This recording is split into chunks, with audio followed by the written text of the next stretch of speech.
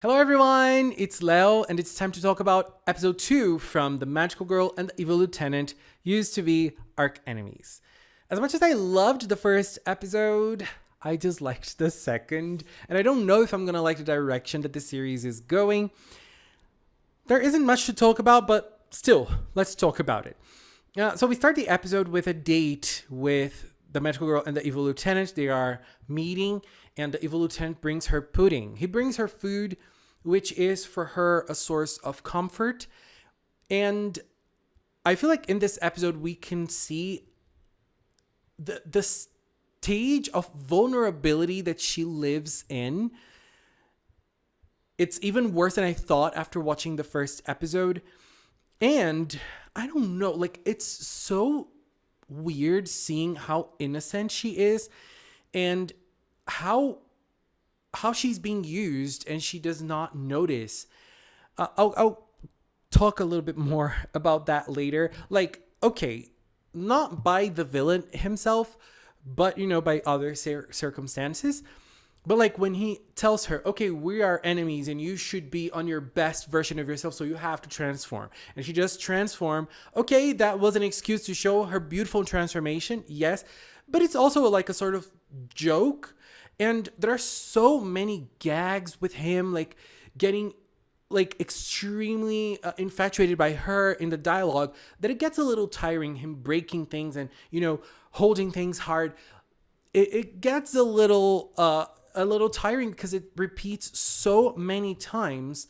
And okay, we get it. He is infatuated by her, but too many of the same jokes over and over. It got a little tiring to me in that first moment. It really did. And then we start seeing a little bit more on Byakuya's side. And she tells him that she has so many different jobs. And she even shows him a car. There was one thing. I feel like the only thing I liked about this episode was her magical girl name, which is called Glass Happiness.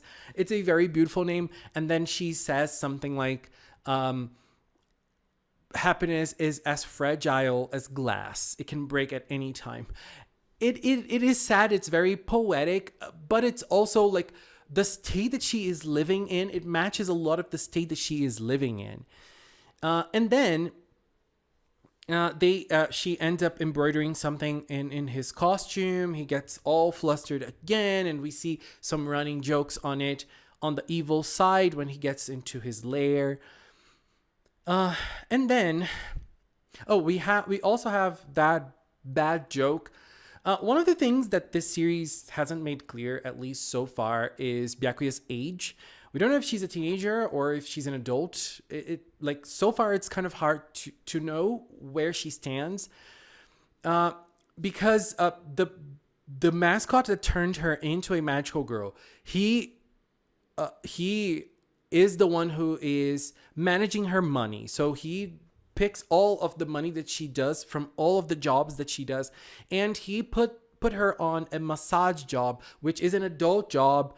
But I mean, even if she's an adult, if she is not an adult, it's even more wrong. But if she's an adult, it's still wrong because she does not know the nature of that job. So that the evil lieutenant tells her, no, don't do it. Because she does not even know what that job entails. So it's like, oh my God, that's like, she is in a horrible, horrible position. And then, she embroiders something for him, and then we go to the next day. We have a combat there, and we see her totally losing to slimes. And obviously, we start seeing her being put into some positions that are very uncomfortable, at least for me to watch. She is in a vulnerable position already, and then the narrative puts her into positions that are very sexual, like very, very fun service. Like, as I said, if she is an adult, it's already weird, but if she's not an adult, it's even worse.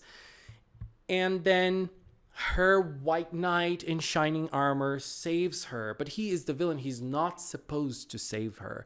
And he even tells her, like, oh, you're losing a battle against one of the weakest enemies. What about the dragon in the last episode? Okay, I don't think this show cares too much about powers and such. And he puts her into his own costume, and then he takes her home, and he tells how innocent she is. And while he tells her how innocent she is by taking her biggest enemy to her house, she tells him her full name. And I'm like, I'm Byakuya Mimori Byakuya, and I live here, girl. And then he goes away, and when she gets home, the mascot is waiting for her. We see the mascot smoking a lot and, you know, probably taking more jobs in the computer. I don't know. And then he makes a remark. Look, honestly, that scene made me sick. Like, I felt my stomach hurting by watching that scene because it is so reminiscent of an abuse. I don't know. I don't know if that's going to be the case of this show, but the way he talked to her about the costume she was wearing and the way she reacted about it, it was clear. No, it was not clear, but it's the way I interpreted it. It really felt like, okay, she is clearly in a position that she is very scared of that cat. And look, okay, this was basically the episode. And right now I feel like the problem I have lots of problems with this episode.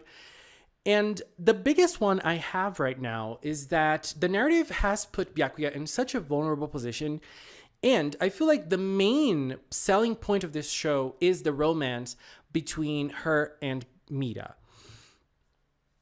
So it's very weird that she blushes when she's with him. She says that she's thankful, but for meeting him. So it feels like, okay, this is not a one-sided thing. She also is having some sort of feelings, or at least she is happy with his presence.